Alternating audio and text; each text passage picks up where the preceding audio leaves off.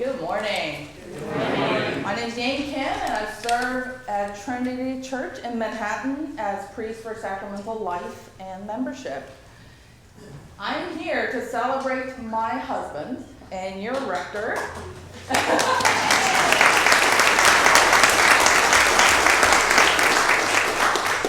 Nick's 10th anniversary of ordination to the priesthood.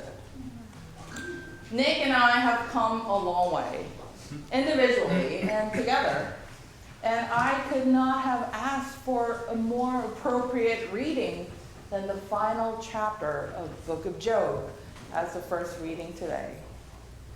To me, the book of Job is one of those books or movies that hit you totally differently now that you're older and had different life experiences. Growing up, one of my favorite Disney movies was Beauty and the Beast. Not that I resonated with the beauty.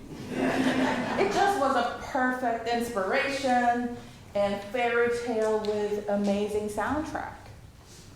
Now that I'm older and with a new and different context, I watch them with more critical eyes and spoiled sense of reality.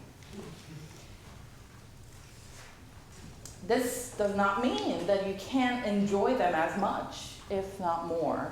I think our comprehension of them deepens, and we get to understand the characters in ways that we did not get to pay attention to initially.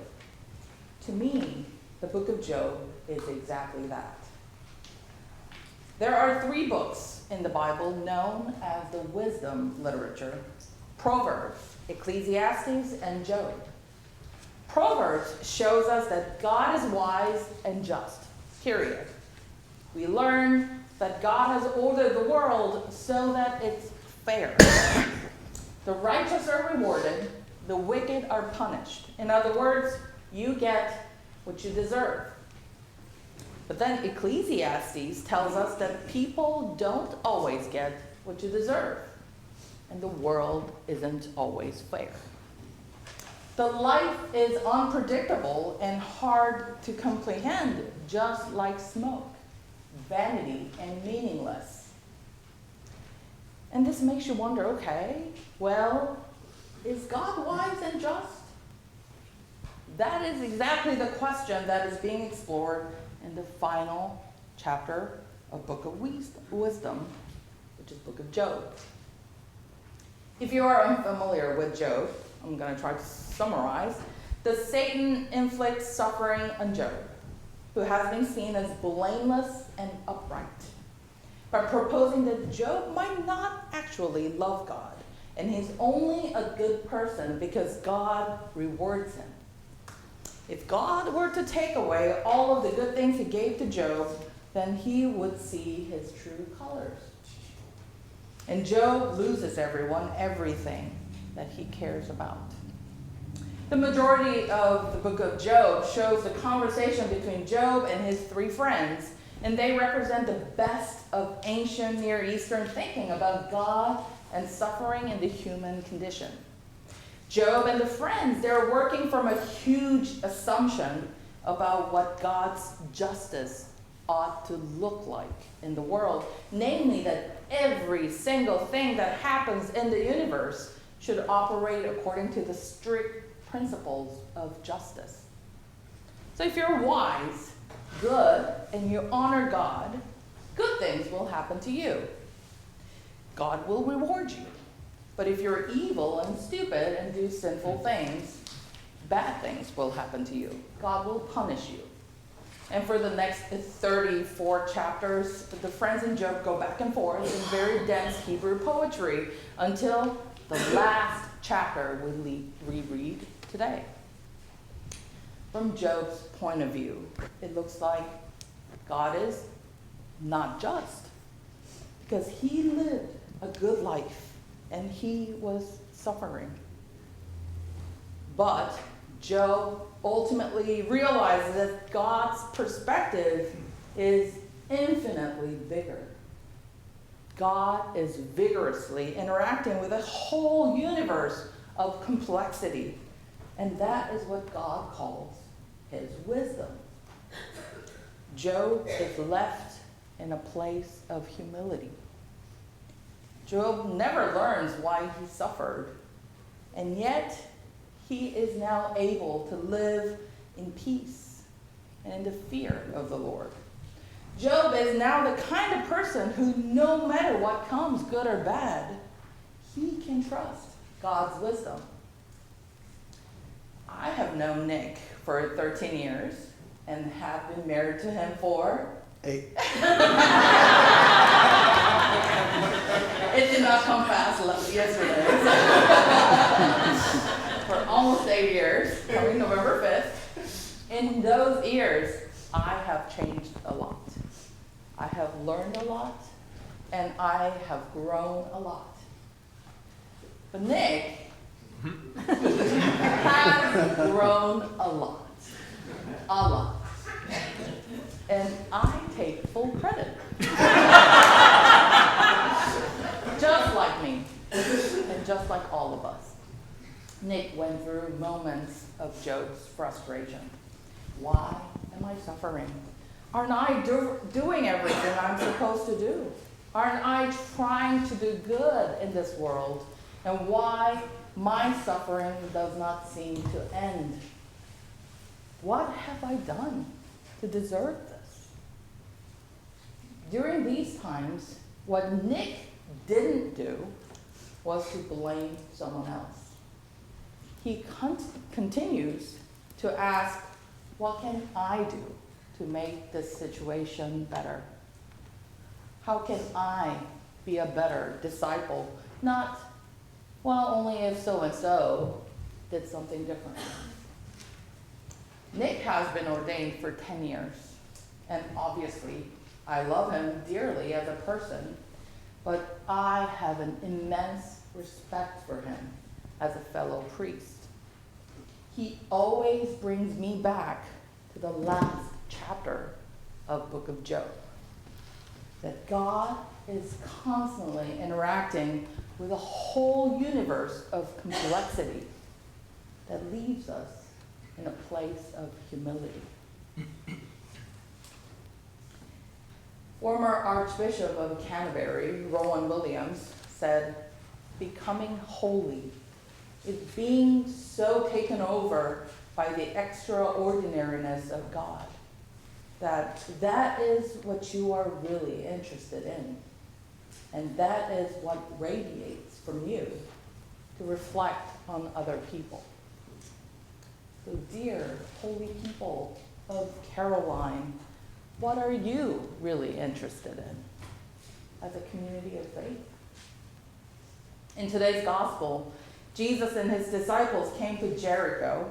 As he and his disciples and a large crowd were leaving Jericho, Bartimaeus, son of Timaeus, a blind beggar, was sitting by the roadside, reads the gospel. Do you notice anything peculiar about this passage? Well, how many of you heard of the name Bartimaeus before? It is very uncommon for the people who ask Jesus for healing to be given a name in the New Testament. Names in the Gospel of Mark, for example, are biblical figures from ancient Israel like Abraham or Moses, or religious and political leaders in the first century like Herod or Pilate, or Jesus' family, or one of the 12 apostles or very important disciples. They have names. But then why did Mark make sure that we learned the name of this blind man who was in search of healing? What are we to learn from this? This is the last story of miraculous healing in the Gospel of Mark, and it occurs immediately before Jesus enters Jerusalem. Bartimaeus addresses Jesus by 2 titles, Son of David and Teacher. Son of David was reserved for the promised Messiah, whom the prophets foretold would be born of King David's royal lineage. And this is why Peter was expecting a conquering and powerful king instead of a humble carpenter. By publicly addressing Jesus as the son of David, Bartimaeus implies that he recognizes Jesus as the Messiah. And Bartimaeus is the only person who calls Jesus Son of David in the entire Gospel of Mark. He heard that Jesus was coming, and he shouted out for Jesus, Son of David. The crowd tries to quiet him, just like the disciples had tried to keep the little children from coming to Jesus. It stops Jesus in his tracks. He notices Bartimaeus. Jesus stood still and said, call him here. I love this part. Can you imagine everyone trying to quiet this man, and then Jesus notices him. Now everyone stops and gets quiet. And suddenly the sound of the crowd is asking Bartimaeus, get up! Jesus is calling you. So throwing off his cloak, he sprang up and came to Jesus, calling him, my teacher. The exact same word Mary Magdalene uses when he sees Jesus after the resurrection. It seems Bartimaeus not only recognizes that Jesus is the Messiah, but unlike Jesus' disciples, he understands what that truly means. For Jesus, the liberation and the healing of God's people is rooted not in violent power, but in humility, service, and sacrifice, in love. By calling Jesus both the Messiah and teacher, Bartimaeus demonstrates an understanding of Jesus' role and ministry the disciples seems to miss. Jesus praises him for his faith and offers him healing. Surely the blind man asked for healing. And wouldn't all of us ask for healing if we could? But after he was healed, he followed Jesus. It wasn't just about regaining his sight. He asks for, let me see again. It was about changing the course, direction of his life. Bartimaeus knew what to ask for. Bartimaeus knew his need, and he's responded to the call of Jesus. Even if we don't know exactly what Jesus is calling us to do, we do know what Jesus is calling us to be. To be the people who responds to his call and follow him. Bartimaeus had no way of knowing where the road would lead, but he didn't know he wanted Jesus to be the one teaching and leading him along the way. And we may not know where the road will lead, but we know who is leading us along the way. Are we following Jesus? Have our lives changed because we've met Jesus? What do you want me to do for you? Asks Jesus again. He asked the last Sunday's gospel.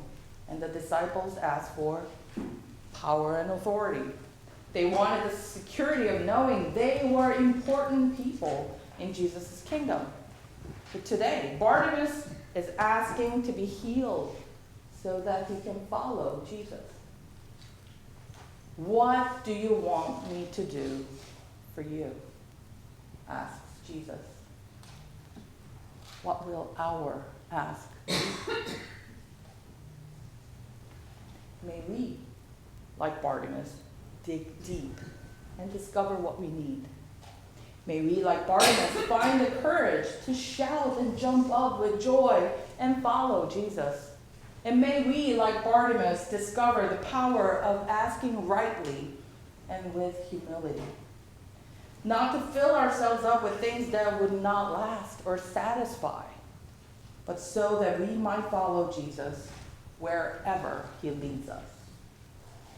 Amen. Amen.